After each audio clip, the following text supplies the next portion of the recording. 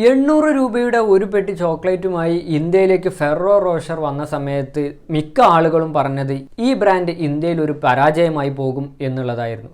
എന്നാൽ ഇന്ന് ഇന്ത്യയിലെ പ്രീമിയം ചോക്ലേറ്റ് നിർമ്മാതാക്കളിൽ മുഖ്യ സ്ഥാനം വഹിക്കുന്ന ഒരു കമ്പനിയാണ് ഫെറോ റോഷർ.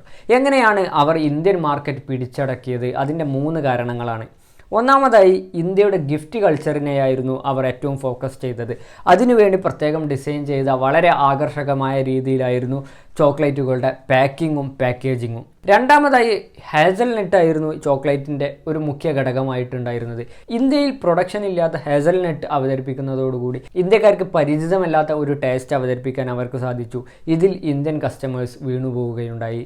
മൂന്നാമതായി അവർ ചെയ്തത് പ്രൊഡക്റ്റ് വർത്താണെന്ന് അറിയിക്കാൻ വേണ്ടിയിട്ട് കൃത്രിമമായി ക്ഷാമമുണ്ടാക്കി എന്നുള്ളതാണ്. അവർ തങ്ങളുടെ ഡിസ്ട്രിബ്യൂഷൻ നെറ്റ്വർക്കിലൂടെ ഏതാനും ചില പാക്കറ്റ് ചോക്ലേറ്റുകൾ മാത്രമേ ഷോപ്പുകളിലേക്ക് നൽകാറുണ്ടായിരുന്നുള്ളൂ.